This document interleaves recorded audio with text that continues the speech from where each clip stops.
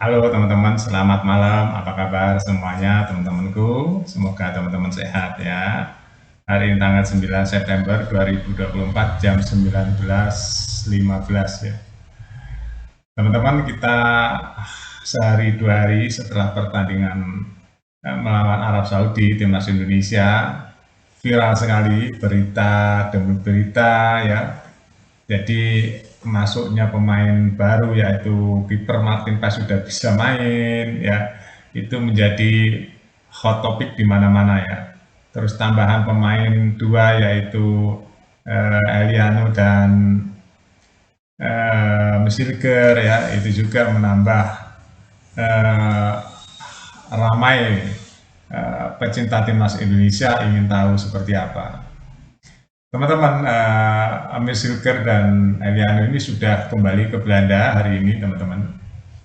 Jadi mereka kembali ke klubnya lagi karena kemarin di Indonesia eh, sudah menyerahkan semuanya, sudah tes kesehatan, tinggal administrasi ke lembaga-lembaga terkait ya, teman-teman. Ke lembaga kepresidenan, ke DPR, Kemenkumham, ya. Nah, ini sedang diurusi semuanya, teman-teman. Jadi naturalisasi itu banyak pihak yang terlibat ya. Jadi macam-macam harus diurusi secepatnya. Nah, ini untung aja kabarnya ya semua bergerak cepat. Ya kalau nggak bergerak cepat, nanti target-targetnya nggak kena teman-teman. Nah, jadi Erick Thohir ini kerjanya kerja sunyi senyap tapi bergerak gitu ya. Bergerak supaya semuanya selesai sesuai dengan targetnya. Teman-teman tahu kan timnas Indonesia hari ini kalau kita lihat ada beberapa cara melihat timnas ya, dari ranking juga bisa. Hari ini Indonesia di 131 ya teman-teman, di 131 dunia, itu ranking sepak bola yang ya lumayan lah di tengah-tengah ya, tapi Indonesia sedang menuju ke 100. Dengan materi yang ada hari ini, saya yakin Indonesia nggak lama lagi teman-teman ya akan pecah ke angka 100. Ya, saya yakin itu. Dengan materi yang kemarin sudah kedatangan dua pemain baru ya, itu pemain yang mahal teman-teman ya. Misilker itu mahal karena dia memang memiliki karakter yang bagus ya teman-teman. Jadi nilai transfernya pun mahal sampai ratusan miliar. Nah, terus kita hari ini, ya, H-1 ini teman-teman ya, mudah-mudahan pemain timnas Indonesia yang ada, nggak ada yang sakit, nggak ada yang kurang sehat ya, mudah-mudahan semua fit, karena memang udaranya ya teman-teman, apalagi seperti pemain timnas itu kan baru saja pulang dari Arab Saudi, ya dengan penerbangan yang lama, dia pasti lelah. Nah, tapi namanya timnas itu dilengkapi dengan fasilitas-fasilitas kesehatan ya, ya mudah-mudahan nggak ada yang tidak bisa tampil ya teman-teman, mudah-mudahan ya. Ya sehingga nanti melawan Australia ini teman-teman, Australia ini adalah tim yang kuat, kurang lebih hari ini di ranking 20-an ya, 20 sampai 24 lah ya rankingnya.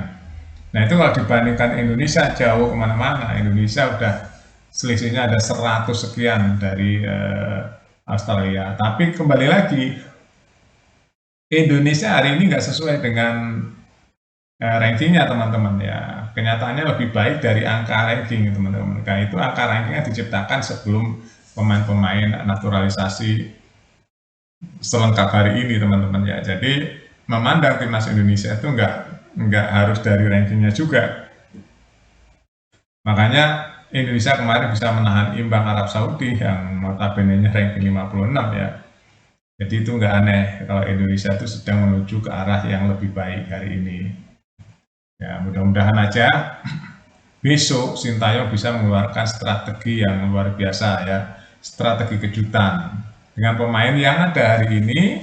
Dan kalau kita lihat pemain-pemain di Australia teman-teman, itu hampir semuanya ya, nggak udah 90% kalau nggak salah itu ya, itu mainnya di Eropa, di berbagai negara di Eropa.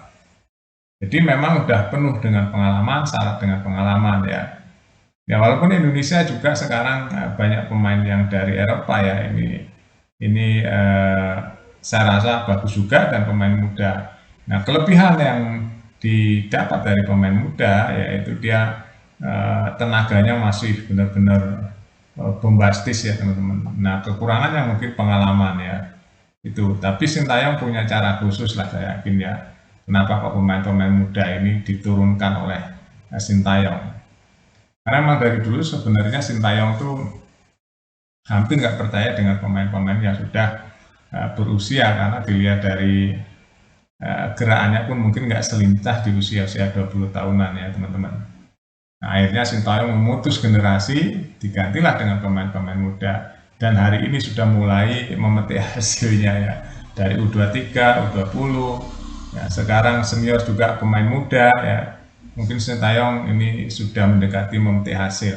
Nah, semakin ke depan timnas Indonesia itu akan semakin kuat karena memang isinya pemain-pemain muda yang sebenarnya itu bahan yang bagus, sehingga perlu dipoles terus ya, supaya target-target itu nanti bisa terpenuhi.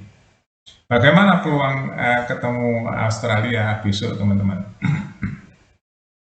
Di sepak bola itu ya teman-teman, semua serba ada peluang, walaupun semua bisa dipelajari, dibaca secara ilmiah. Ya, kalau mempelajari materi-materi sehari ini, perbandingan antara Indonesia dan Australia, ya nggak jauh-jauh banget teman-teman ya, nggak jauh-jauh banget. Tinggal sekarang ngelihatnya dari mana. Kalau dari segi ranking memang jauh ya, selisihnya hari ini ratusan dari Australia. Tapi dari segi materi ini nggak jauh teman-teman. Ya, Indonesia ditangani oleh orang Asia ya, yang negaranya juga sering langganan Piala Dunia, yaitu Sintayong. Pasti dia tahu nih cara mengolah, mengotak-atik materi yang ada hari ini di timnas Indonesia. Dia tahu mana yang perlu ditutup, mana yang perlu dieksplor ya. Sintayong sudah tahu itu teman-teman. Jadi kita hanya mendoakan saja nih teman-teman. Mudah-mudahan besok dengan dukungan supporter yang kurang lebih 70.000 penonton ini ya, ini besar sekali teman-teman. Ini disorot dunia Indonesia ini ya, tentang supporter, militansinya dan sebagainya. Mudah-mudahan lah ya Indonesia bisa membawa poin ya, syukur-syukur 3 ya. Nah, mungkin juga bisa aja 1 ya. Tapi saya berharap Indonesia bisa mengalahkan Australia teman-teman ya di tanggal 10. Itu aja teman-teman ya. Jadi sebagai pecinta timnas kita hanya bisa mendoakan saja nih teman-teman ya, mendoakan saja supaya timnas Indonesia nggak ada yang cedera ya sebelum pertandingan, nggak ada yang sakit ya, sehingga nanti akan terjaga tuh ke depannya. Kan kita masih harus melawan Bahrain, Cina ya, laga tandang. Nah, itu juga butuh pemain-pemain yang lebih hebat lagi, makanya ada Misilker dan ada dengan Eliano ya. Kemungkinan masih akan tambah lagi. Biarkan PSSI bekerja untuk menjadikan timnas Indonesia masuk ke Piala Dunia. Semoga ya teman-teman. Terima kasih, update terus berita-berita di Buat Makan TV. Sampai jumpa.